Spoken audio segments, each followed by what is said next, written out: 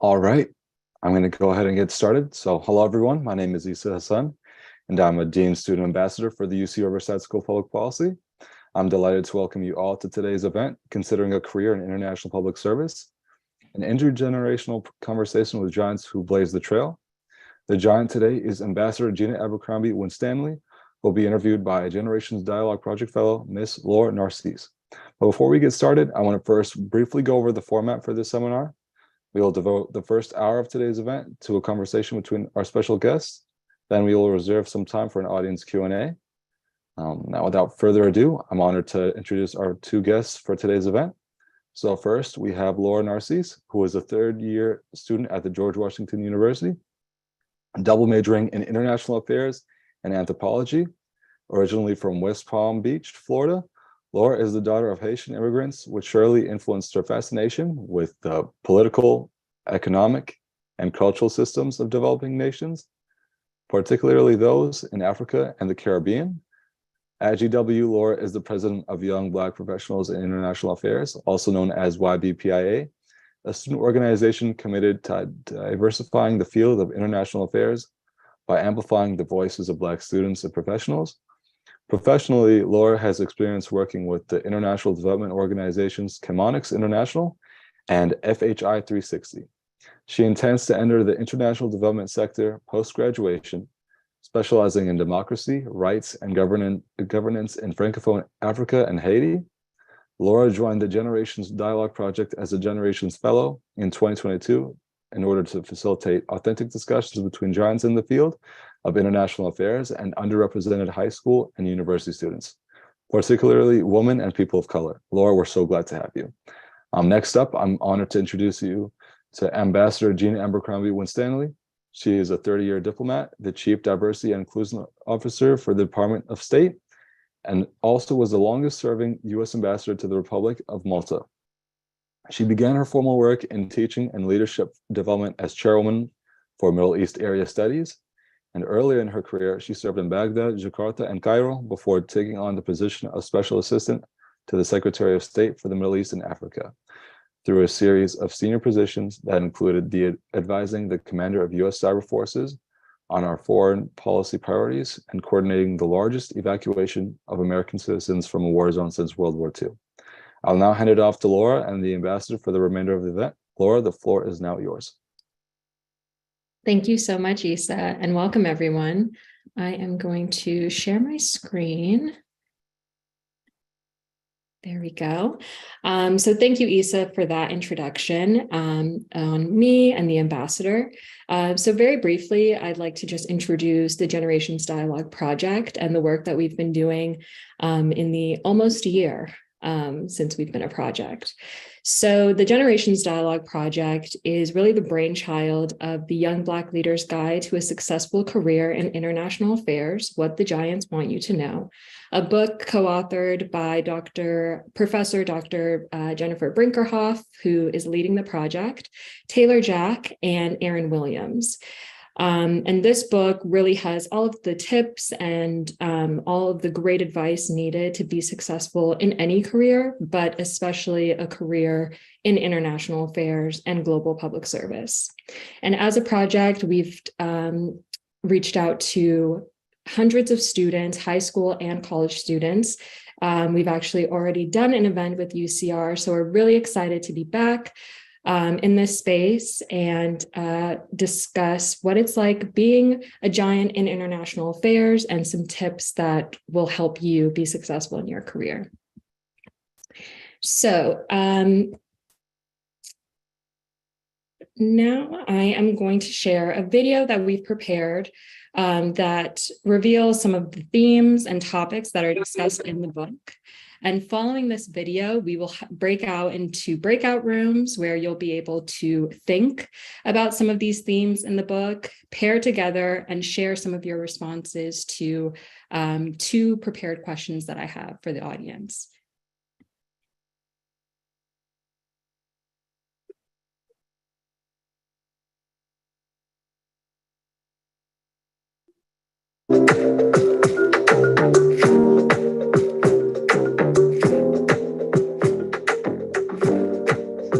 America faces significant challenges today, too.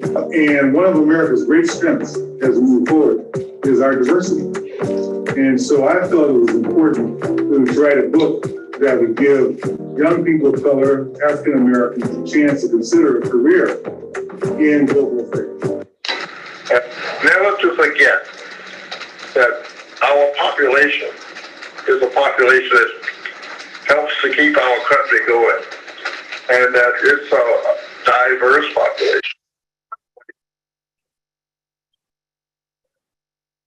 When I first became Director General, personal staff was all white, and I'm sure they were waiting to see what I was going to do. And I called everyone in and said, I do not intend to supervise a white-owned staff here. So I'm going to bring in some other people who represent the other kinds of people that we need to have on our staff. I'm Aaron Williams. I'm the former director of the Peace Corps during the Obama administration. I'm also a retired Foreign Service officer. I served 22 years with the U.S. Agency for International Development. I've also been, after leading government service, a corporate executive in international development. And a few years ago, in my younger years, I was a Peace Corps volunteer where I served in the Dominican Republic. And my name is Taylor Jack. Like Aaron, I was a former Peace Corps volunteer and I served in Senegal. I'm currently an international development practitioner at a government contractor for USAID, and I'm a public speaker on diversity and international affairs. Anybody in this industry, they have the travel bug. You can't sit still for too long before you're setting off on new horizons. And for me, I got that travel bug at 10 years old. My mom decided instead of, a party at Chuck E. Cheese or anything else, that we were going to Brazil for 2 weeks to learn more about the Afro-Brazilian diaspora in Sao Paulo, Salvador Bahia, and in Rio de Janeiro. So from that moment, being a young girl taken out of the south side of Chicago, I knew that my world was so much bigger and that I can reach any height that I set my eyes on. So if you haven't thought about a career internationally, I don't want the barriers of whether it's finances or traveling across the world to scare you, because it's one of the most exhilarating things you can ever do. Oh, my family was very supportive. They didn't even have a clue where Madagascar was. And at one point, I remember my grandmother saying, well, you say you were in the Foreign Service, but I've never seen your uniform. So... So Taylor, like you, I grew up on the south side of Chicago, working class neighborhood, working class family. And I never really even knew where the Dominican Republic was or what an ambassador did overseas. But when I joined the Peace Corps, it opened up doors for me that I never could have imagined. For a long time, it was kind of not an option for African Americans in this country, because it's, the whole discussion of, especially Black grandmothers, why do you have to go all the way over there to do what you can do right here? And trying to explain the value of it to your family sometimes, it's like you're talking to a wall and you almost just have to show them. For young people, young minorities, you have to be determined, because your family looks at this and they say, you're going to volunteer and not get paid, and there's no career that we can see. They don't understand that. Certainly I face the same thing, even more so. Fortunately, my mother was the only person who thought this was a good idea. I joined the Peace Corps. And I think what we are trying to do is to lay out an open door, a pathway, so that young people can determine why this is a good idea and how I can be successful when I pursue this career. Because I'm very purpose-driven, I go back to, all right, this is not about me. This is about the mission that I'm trying to accomplish. And if I can kind of get myself off of me and onto what I'm trying to accomplish, I think it minimizes my own sense of self-doubt. I think it's something that that people in my generation continue to struggle with, because oftentimes don't see people of color getting tapped to be mentored or to have that sponsored or to be groomed for a position. You oftentimes see that it is our white colleagues that are being tapped upon or called upon to take on these roles that, quite frankly, they're not qualified to take. But because somebody rolled the dice and gambled on them,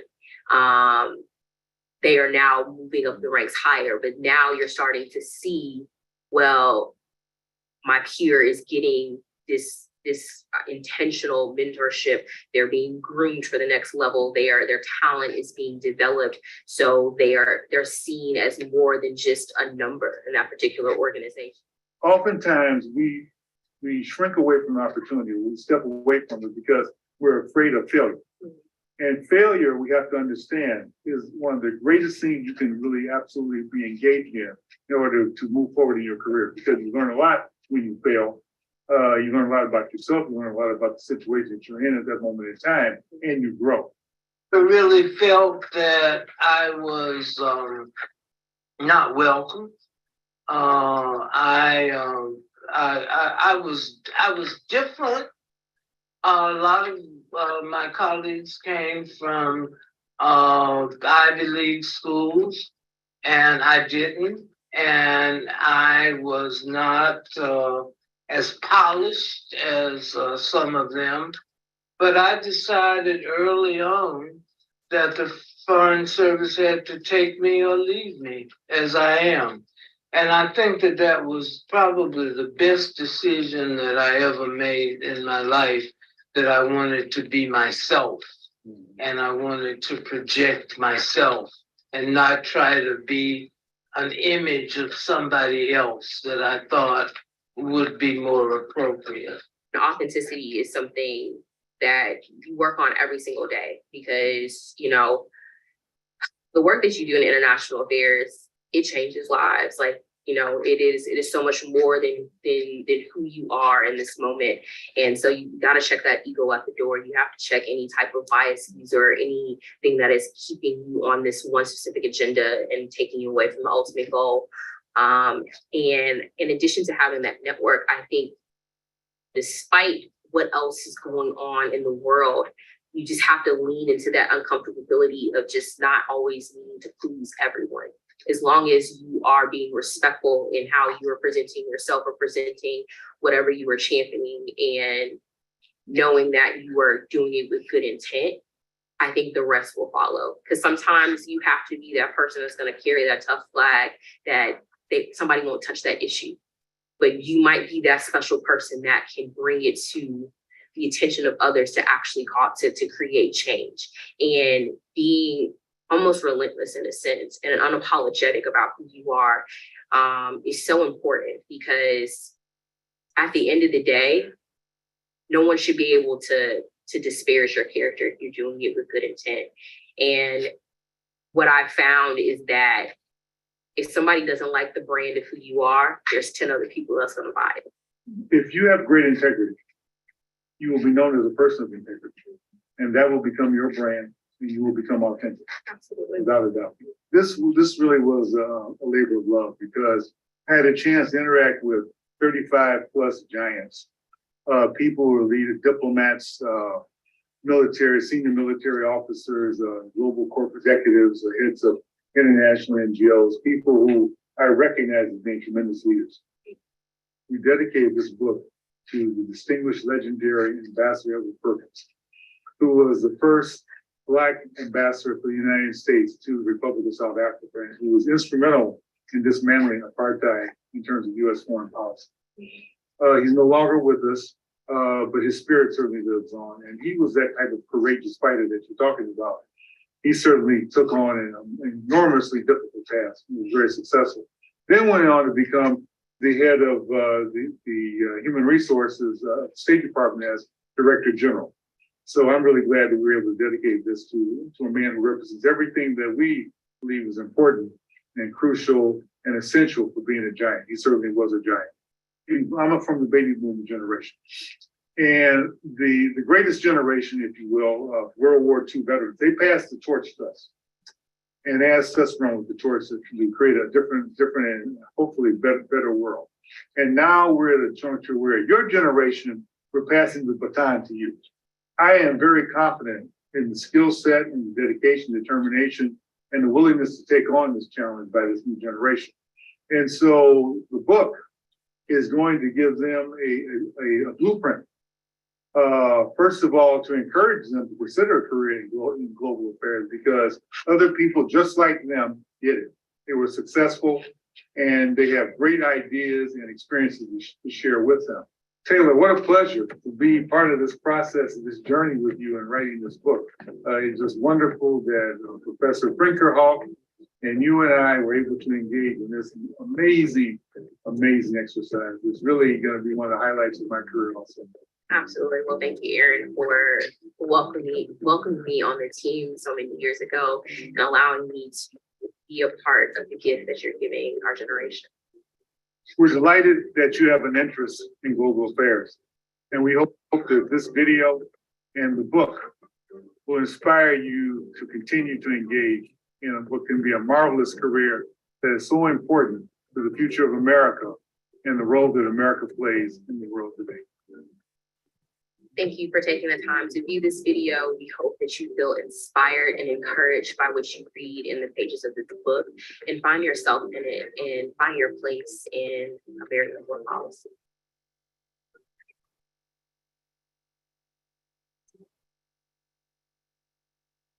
Thank you all for watching this video. Like the authors, Aaron and Taylor mentioned, this video is a great primer and a summary of the tips and tricks that you'll learn from the book, but it's also a great primer for the amazing discussion that we are soon to have with Ambassador Gina Abercrombie-Winstanley. Before we begin our dialogue, we have a Think, Pair, Share activity for everyone on the webinar, but also for those joining us on YouTube on the live stream. You can scan this QR code or enter tinyurl.com/dialogue/ hyphen UCR. And that will bring you up to an idea board where we have 2 questions prepared for you. And the first question asks, what anxieties, fears, or concerns do you have about being successful in an international career? And the second question is, have you ever felt like you could not be your authentic self in an academic or professional setting? Why or why not? And so the purpose of this is really to help me as a facilitator for this dialogue to engage with Ambassador Abercrombie-Winstanley and ask questions that are really relevant to your needs, your concerns, because we have a very diverse audience base. So I want to ensure that our conversation is relevant to your needs, and also hear about some of your fears and concerns that you may have that we can address in this conversation. So we are going to break everyone out into breakout rooms for about 5 minutes. If you're joining us on live stream through YouTube, you can do your Think, Pair, Share activity independently, but please be sure to input your responses so that we can all review them. And the ambassador can also see what responses we get.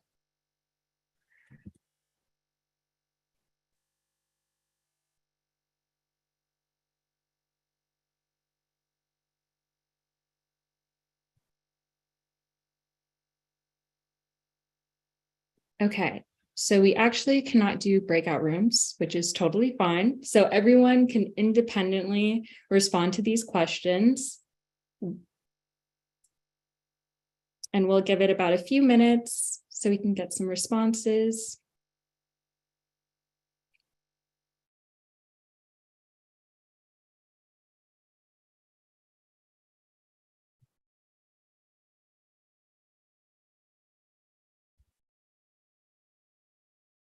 And if someone has already responded and it's pretty similar to what you would have said, you can actually like their comment and upvote it.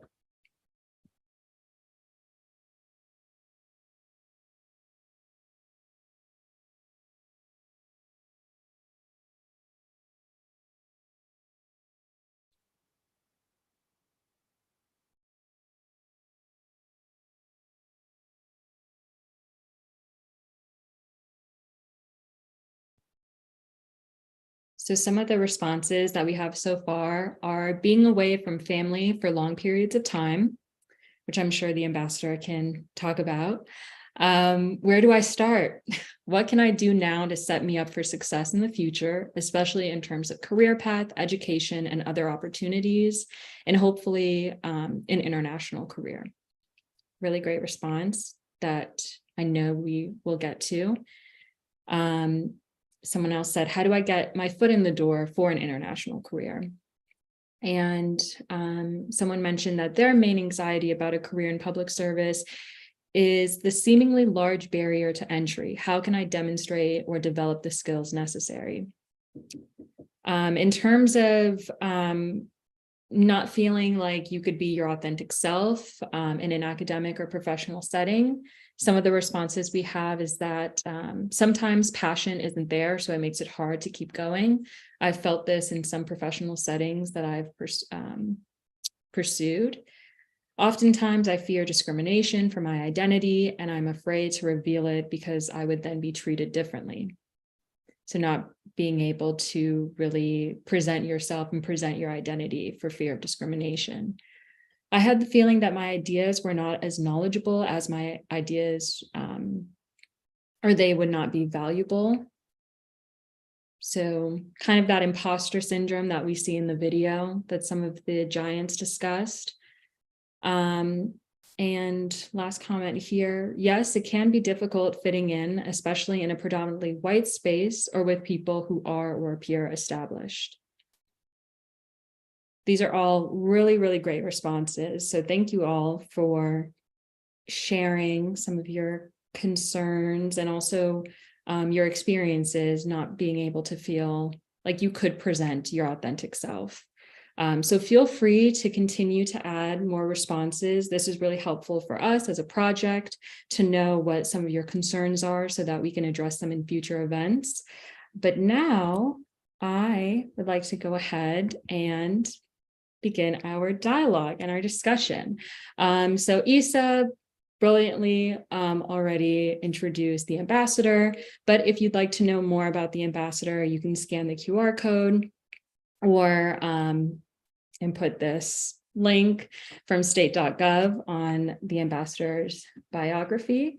But right now, I'm going to stop sharing my screen and begin the dialogue. Welcome, Ambassador.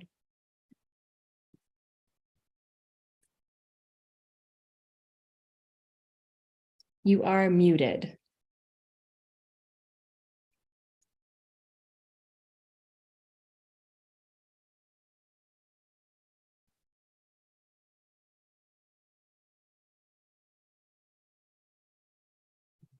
Got it.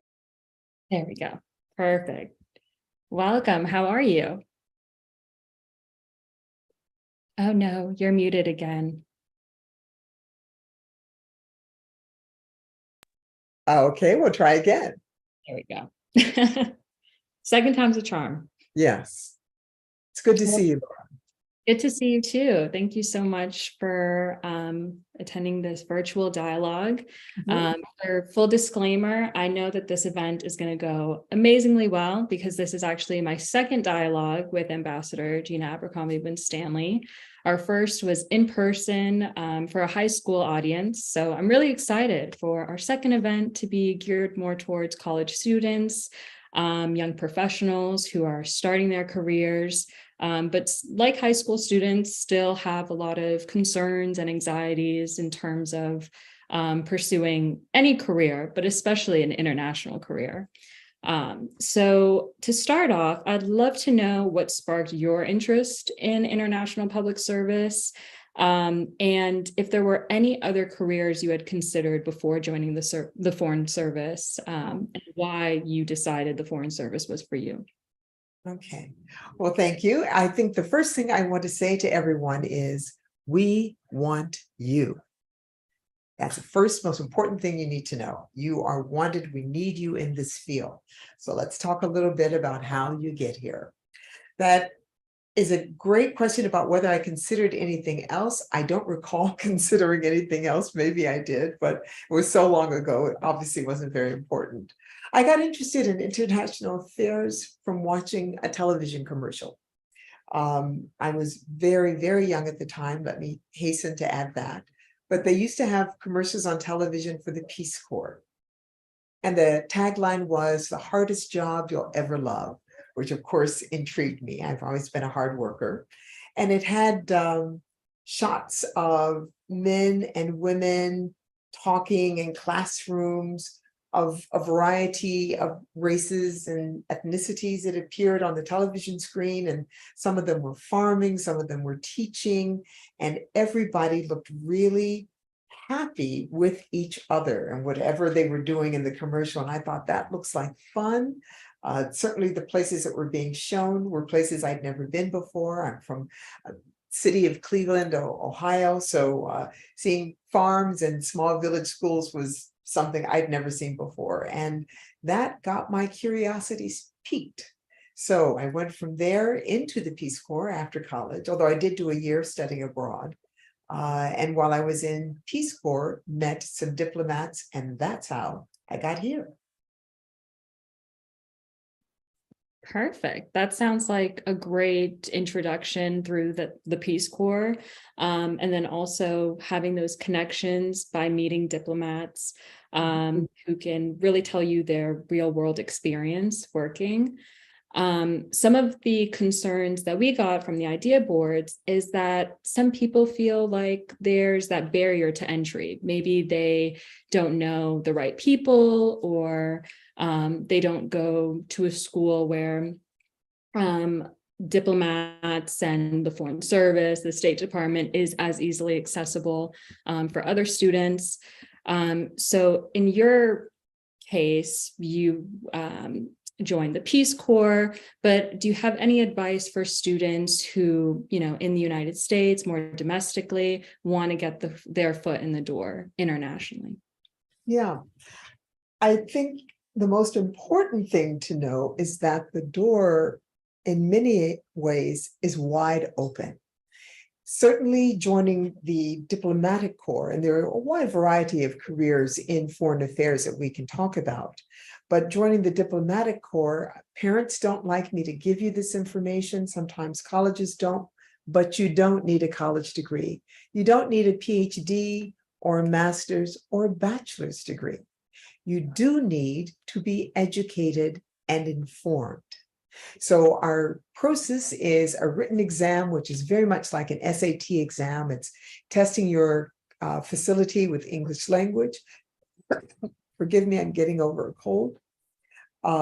Your facility with communications, oral and written, your knowledge of good English language grammar, which many of us are faulty on. I'll tell you, I had to take the exam twice.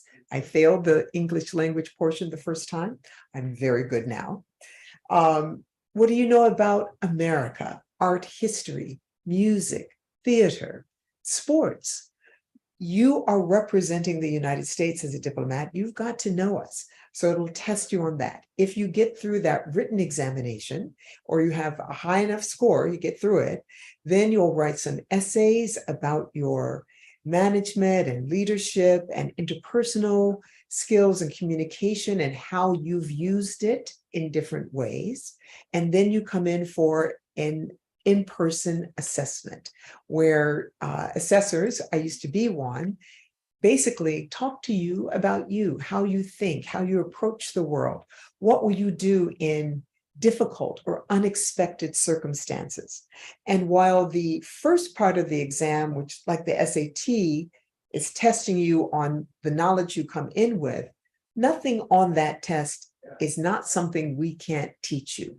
What we can't teach you is cultural competence or being respectful of others who are different than you, or being able to be flexible or resilient. Those are things that are very necessary as a diplomat. And that's what we're testing you for in the in-person assessment. None of that requires a college education. None of that requires you to know anybody in particular. It just requires you to sign up for the test, which is free. So don't let anything make you hesitate. There's no barrier as far as money is concerned. The test is free. What as I said, you do need to be educated, you do need to be informed. And I like to tell the true story that is of my class of 52, the person to make it to the senior ranks the fastest was the person who came in with no college education.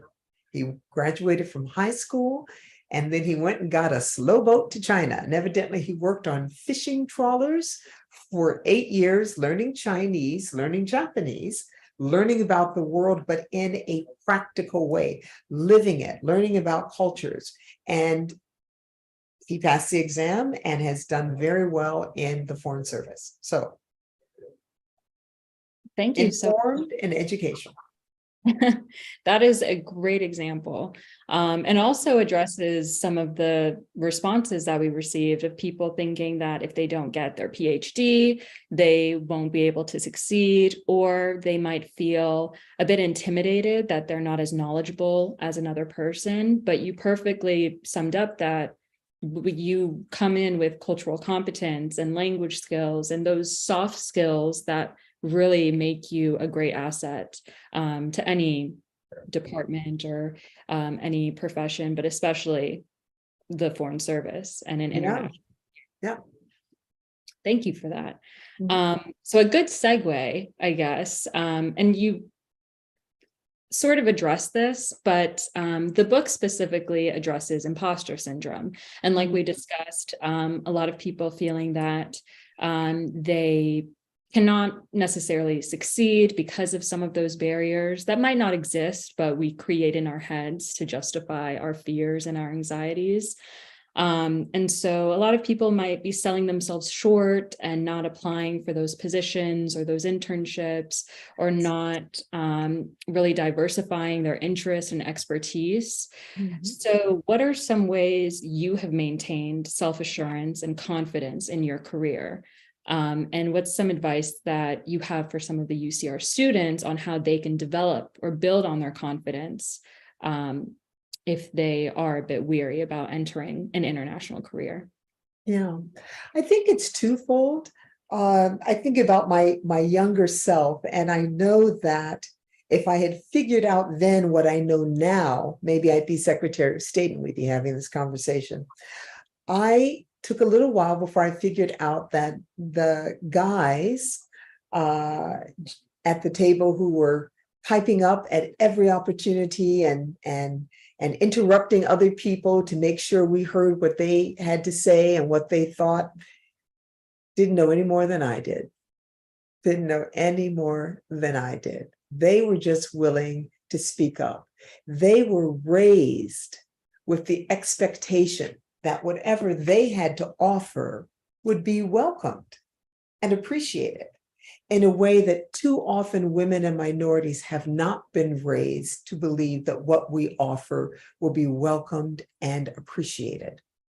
So that imposter syndrome of, I've got to know a little bit more before I speak, or I've got to get it perfectly before I step up, is something that we have to learn. And ladies and gentlemen, everyone, this is on us. We have to learn to set that aside. I love former Vice President Gore in one of his debates. They teased him about it afterwards because he must have said it 10 times, but he kept talking about a lockbox.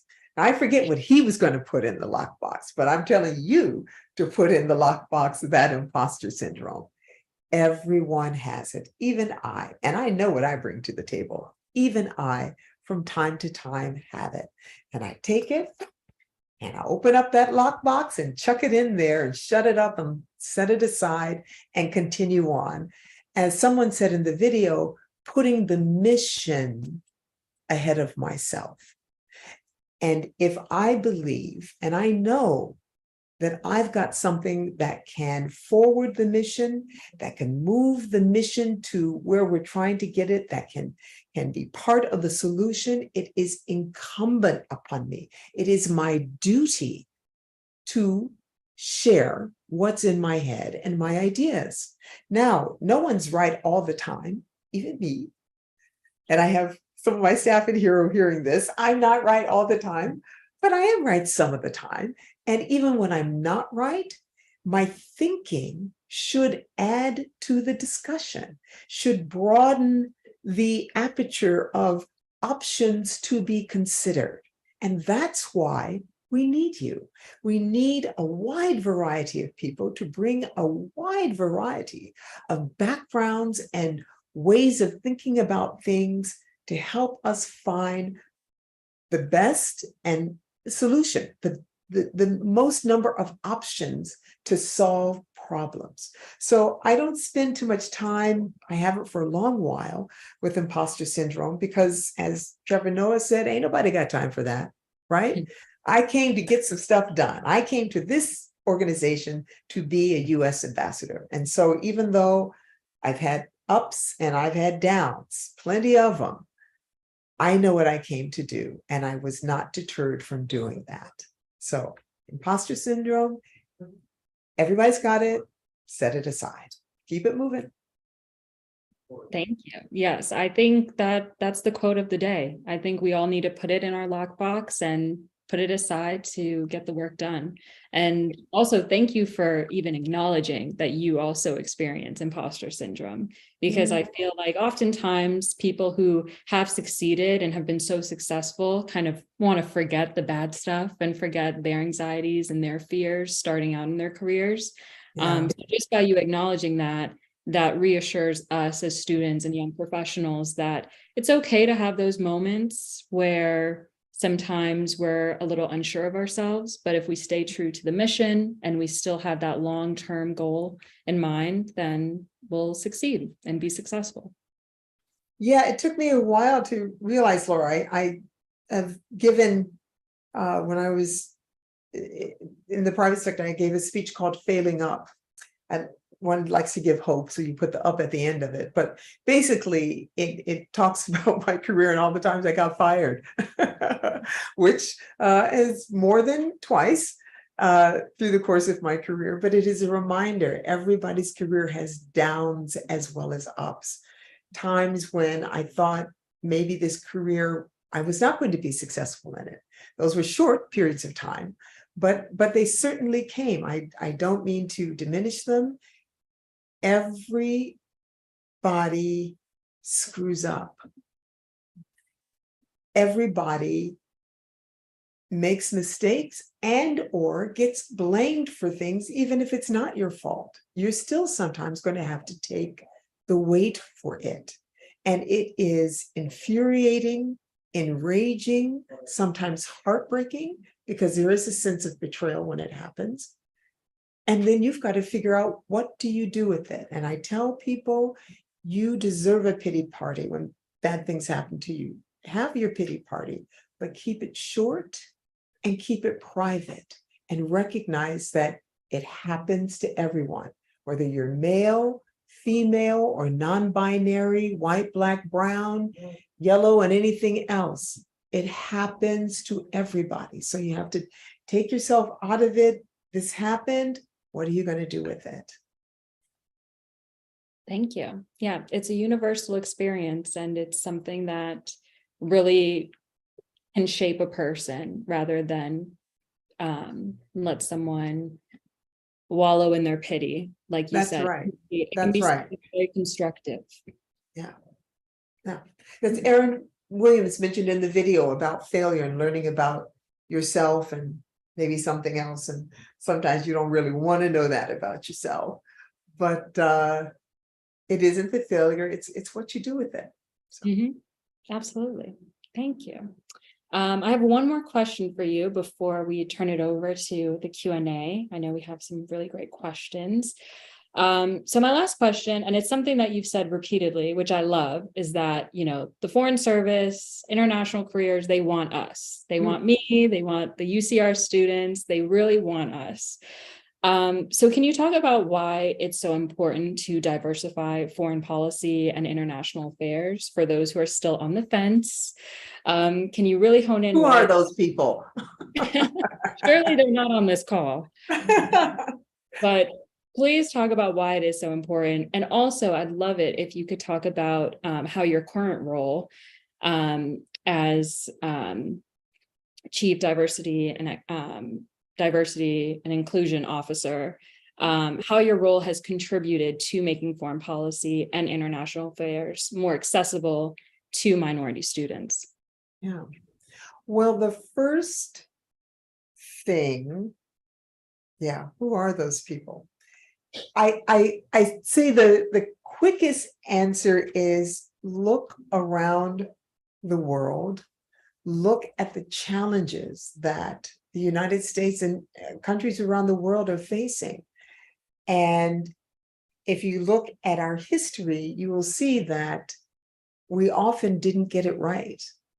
We often don't get it right.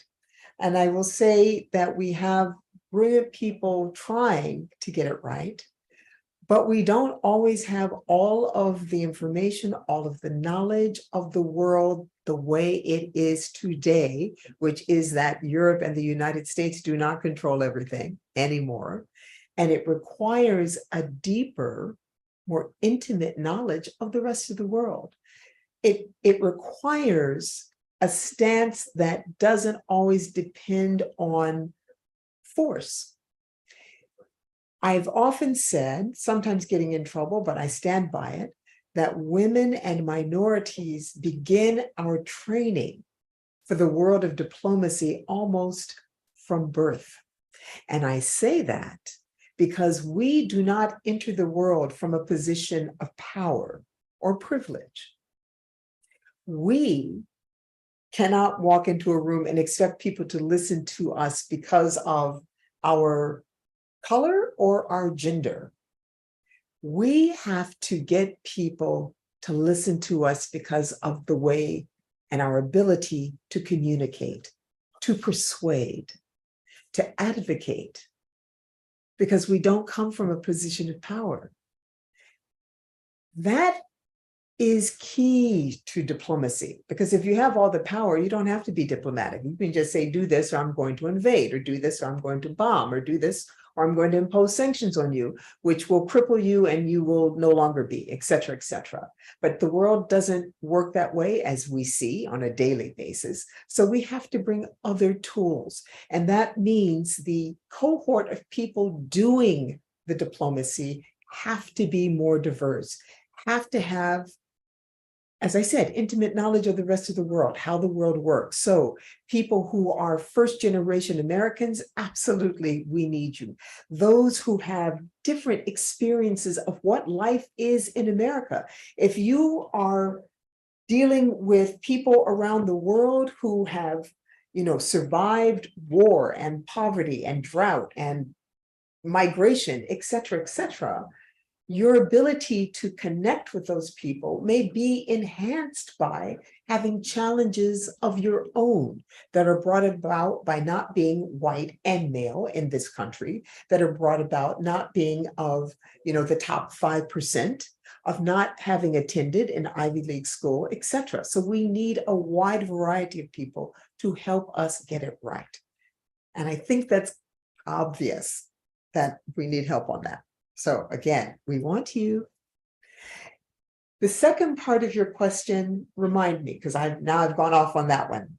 That was amazing. And I must say that It's amazing to hear that a lot of students might feel like their identity will hinder their success and maybe the way that they can brand themselves to a potential employer. But to hear you say that a lot of times our identity as a woman or a person of color is really what makes you the best asset for the Foreign Service or for another potential employer. Excuse me. Yes, your identity and the knowledge and your ability to share it and speak it and convince other folks, because trust me, there's work to be done. There's work to be done. This is a highly competitive job. Certainly as a U.S. diplomat, it's very prestigious, it's competitive, as it should be. But in that competition, we do recognize, which is why I have a job today, that we've got to diversify, that we need to be more inclusive, that the good work that we do in recruiting people is all for naught if we don't keep you. So that brings me to the second part of your question, which is how what I'm doing now helps increase diversity and helps us meet the needs of the mission. And my work really is about inclusion and transparency. In many organizations, there are different ways of rising up the ladder. Our agency is the oldest cabinet level organization in the US government. 1789, I think, is when we were established. We're very old, we're very prestigious, we think quite a lot of ourselves, So we had when we were smaller and were patrician and white male, what is it, Yale male and pale, somebody you knew gave you a tap on the shoulder, or you knew someone who could get you here or bring you there, or you helped somebody. Now we are bigger, we are more diverse, and we are trying to ensure that the playing field is level. I'm not saying you get an extra special hand because you're brown or female or have a disability or a non-binary. I'm just trying to level the playing field. What this secretary, what the president, and what this organization as a whole is working toward is, as far as your ability and desire will take you, that's how far we want you to go. Because everyone doesn't want to be an ambassador. Everyone doesn't want to be Secretary of State. I certainly don't.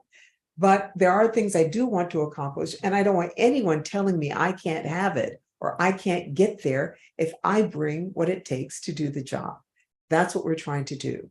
So working with inclusion and transparency, we're taking away the smoke-filled rooms, the secret tap on the shoulders. We are ensuring that everyone can compete for positions and advocate for themselves and have a fair chance of getting the positions. We are trying to hold on to people so that once you get here, you don't walk into a room and feel like you've been frozen out. I tell people, I don't know how politically correct this is. Yes, your authentic self is part of what we need to ensure that we're sucking everybody's brain and knowledge and experience and background to solve problems, right? All of us, we are here in aid of the mission, not just to be fabulous us, to help the mission. So I tell people, I don't want your whole self. I want your best self, your best self, which includes your whole self, but some things you leave home, you leave on the weekend, you leave with your friends and family. I need your best self here, whatever that is. So that's what I'm doing. Thank you so much, Ambassador. And we really appreciate all the work you've been doing to level that playing field for us. So now I want to give enough time for the Q&A. So Isa, I'll hand it off to you for our UCR student ambassadors to ask some questions. Yeah, no, greatly. Thank you so much for that. Yeah, so at this point, I would like to now bring up a select few of UCR public policy students for our audience Q&A.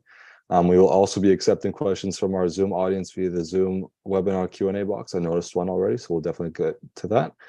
Please submit your questions there instead of via the chat function, and then I'll hand it back to you, Laura.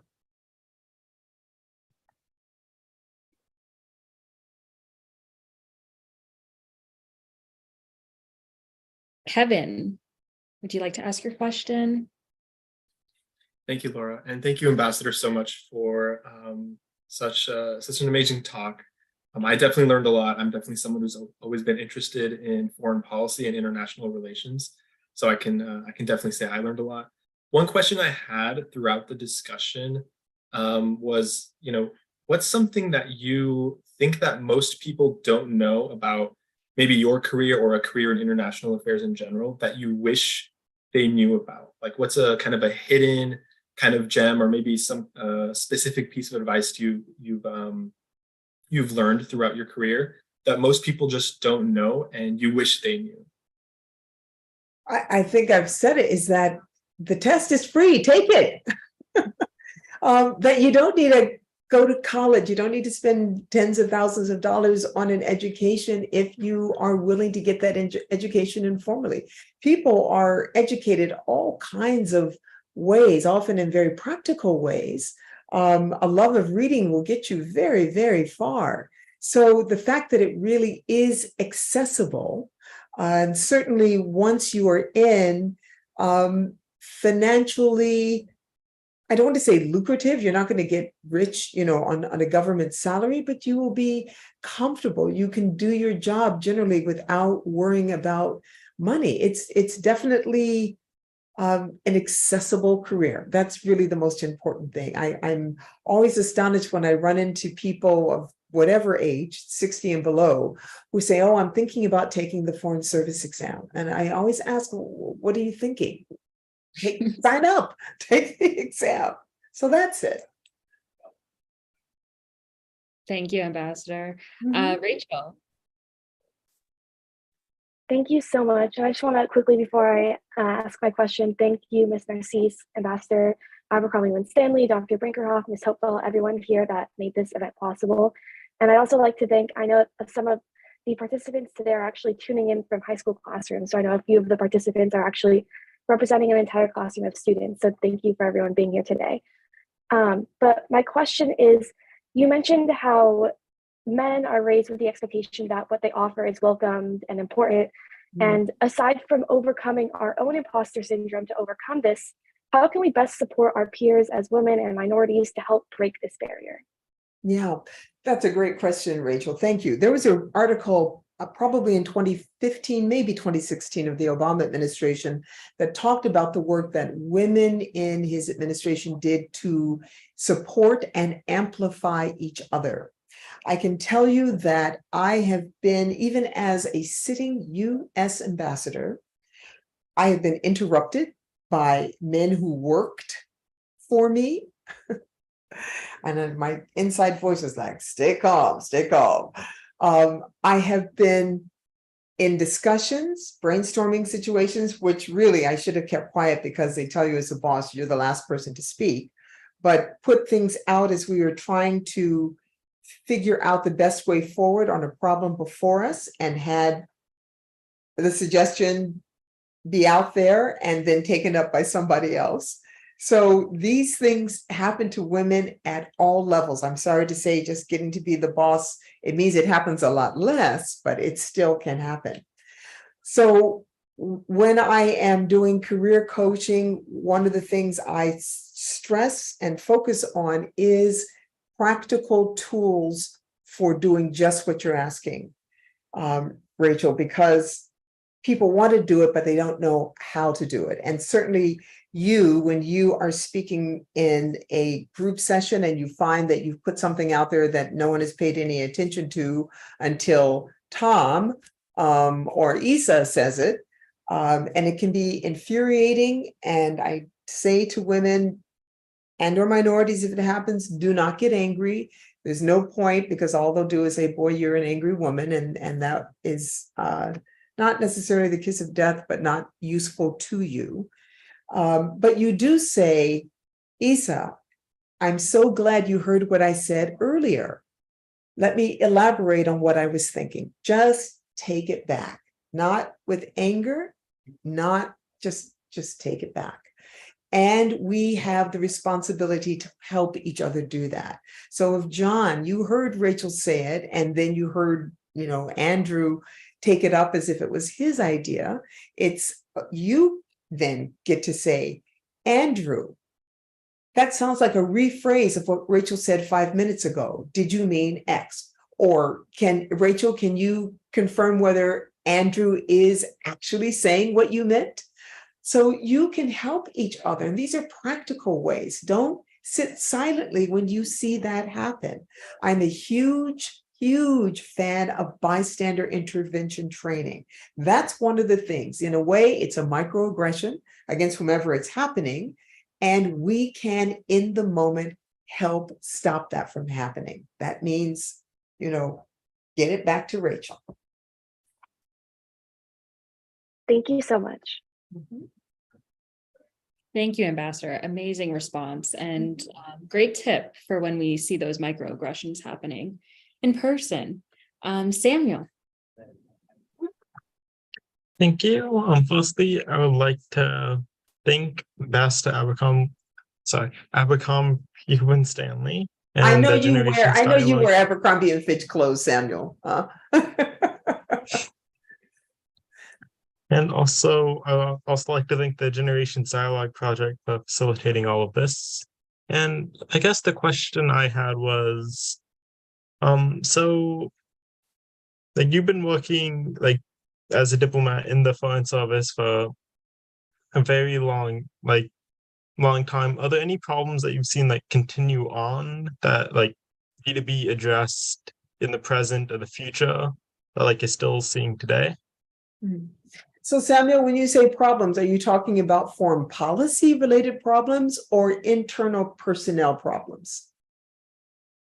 I suppose just both, like anything you want to like put attention on as like this is something that we should be working on that like we haven't been focusing on enough so far. Yeah. Hundreds, my dear. Any organization, when you've got human beings together, there are problems. There are great things happening and there are less great things happening. So we have many things that we want to work on, many things we want to improve. You know, some of the issues that I deal with are for people with disabilities. How do we ensure that they are getting reasonable accommodations that allow them to do their jobs as well as they can do them, just like the rest of us? What do those reasonable accommodations look like? And although my organization spends money on reasonable accommodations, I can't say that I'm confident we're spending the right amount of money. One of the questions that came up, Laura, as I recall, was someone saying that they were afraid of having their full identity out there because they were afraid they would be treated differently as a result. As a woman with an identity that cannot be hidden, I say, well, at least you have a choice. I mean, that's a choice.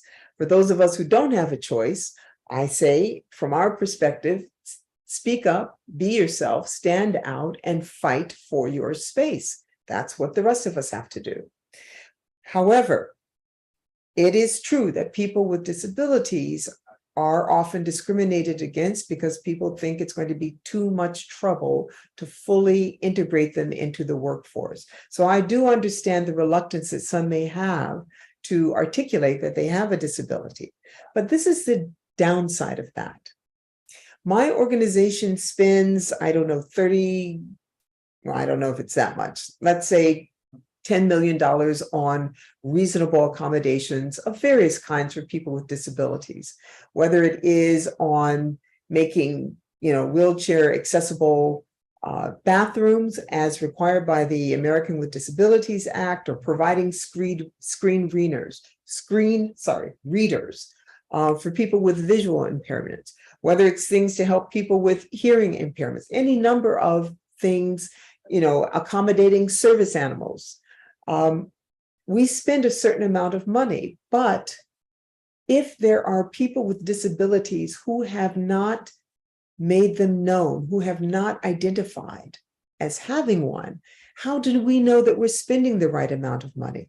How do we know that we are not making a colleague who's doing a good job have to spend far more energy, emotional, perhaps, intellectual, physical energy to do their job because they're afraid of voicing their disability and getting an accommodation that would allow them to do it more easily? So that's a loss. We're wasting a resource. We are perhaps exhausting a colleague in a way that is happening because we don't know that the issue is there. It's not a problem. It's an issue to be addressed. So in that way, I say people need to speak up and be who they are. I cannot hide my gender. I cannot hide my race. You got to take me as I am, and I have to prove to you, as we all do in one way or another, that I deserve to be here and that I am value added to the mission. And I think we all have to do that. And I hope people won't hide who they are. So we have work to do with regard to ensuring accessibility to the fullest degree possible and ensuring that we have reasonable accommodations for our colleagues. Those are problems we are very much still working on. Thank you, Ambassador, for that very thoughtful response.